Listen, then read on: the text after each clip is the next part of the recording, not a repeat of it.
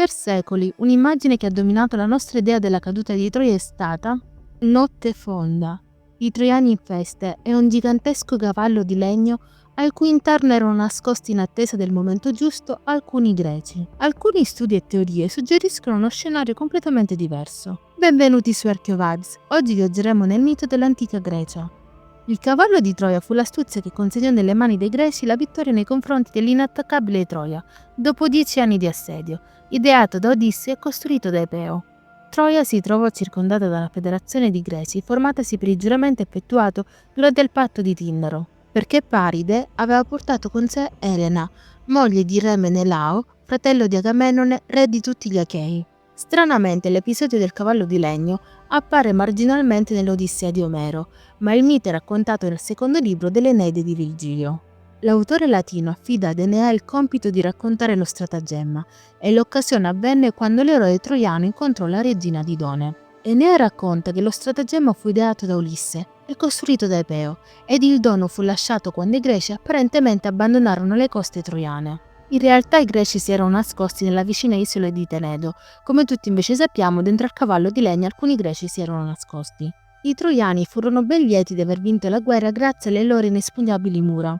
Gli unici ad opporsi al dono, chiedendo di bruciarlo, furono Laoconte, un guerriero troiano divenuto sacerdote di Apollo, e Cassandra, la sacerdotessa veggente figlia di Priamo, re di Troia.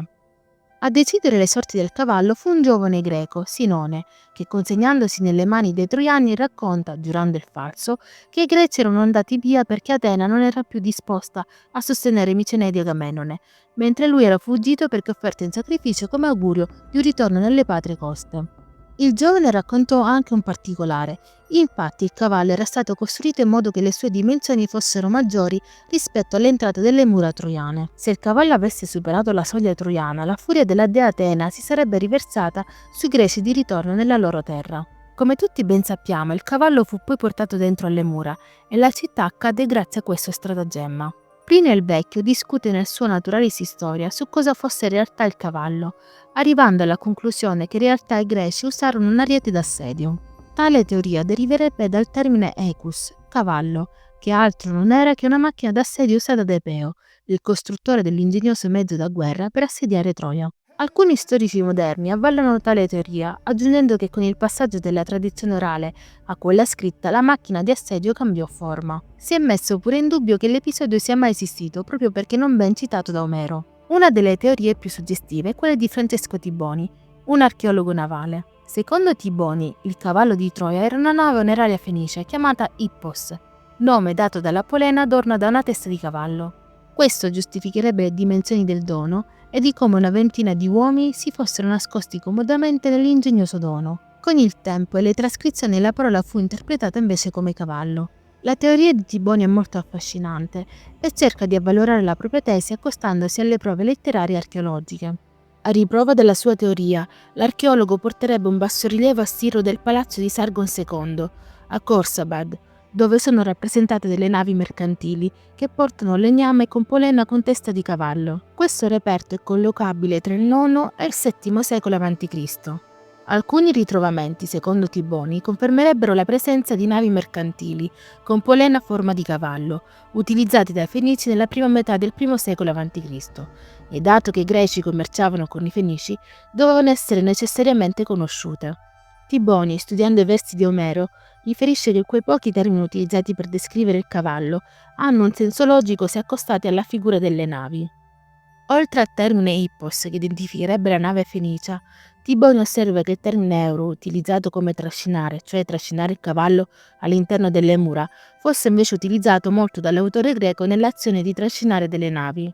Altro termine interessante sarebbe durateos. Questo termine da Omero viene usato per indicare le placche di legno utilizzate per costruire il cavallo. I greci con questo termine erano soliti identificare delle tavole di legno per costruire diverse cose, tra cui le navi. Questa per Tiboni sarebbe un'ulteriore prova, ma è anche vero, a mio parere, che i greci avrebbero potuto utilizzare delle tavole di legno, delle barche a loro disposizione. Un altro punto focale della sua teoria è un passo dell'Odissea, quando Penelope chiede al cantore del perché suo figlio si fosse dovuto imbarcare su una nave di Tafi, e identifica la nave veloce come un cavallo di mare. I Tafi avevano fama di essere navigatori e pirati e secondo Tiboni erano un popolo legato alla figura dei cavalli. La teoria di Tiboni è molto affascinante, ma a tratti appare forzata. Infatti una domanda sorge spontanea. Come avrebbero fatto i greci a procurarsi una nave onoraria fenicia? Se il dono fosse stata una nave, potevano donarne una delle loro? Un'altra ipotesi che mi sovviene potrebbe essere che i greci avrebbero potuto riutilizzare le tavole delle loro navi. Per questo, l'autore greco potrebbe aver utilizzato il termine Durateos per costruire il dono. Tiboni concluderebbe la sua teoria dichiarando che l'errore fu fatto da Virgilio durante la trascrizione. Ma un vaso di Mykonos, per l'esattezza un pitos, collocabile al 675 a.C., smentirebbe l'archeologo. Sul vaso infatti è inciso una delle rappresentazioni più antiche del cavallo di Troia, e questo quindi andrebbe a far cadere la tesi di Virgilio e attesterebbe come già per i greci intorno al 600 l'idea del cavallo come stratagemma fosse ampiamente accettata. Leggendo con attenzione la teoria dell'archeologo, pur mantenendo un certo fascino, lascia comunque dei punti di domanda. C'è chi invece fra gli studiosi ha negato l'esistenza del cavallo, visto come un episodio così marginale da non essere così importante nella presa di Troia. Altri invece vedrebbero nella figura del cavallo un terremoto. Infatti, secondo Schachmeier, teoria formulata circa 70 anni fa e ripresa in anni più recenti, il cavallo non sarebbe altro che la metafora del terremoto. Cavalli e terremoti erano rappresentativi di Poseidone. Il cavallo di legno fu offerto in dono a Poseidone dai greci come ringraziamento per aver fatto cadere le mura troiane. A riprova di ciò una ricostruzione delle entrate della cinta muraria della città. Sicuramente nuove teorie nasceranno, ma l'episodio dell'ingegnoso cavallo di Troia affascinerà ancora intere generazioni. Grazie per aver ascoltato gli echi del passato sin qui. Al prossimo video.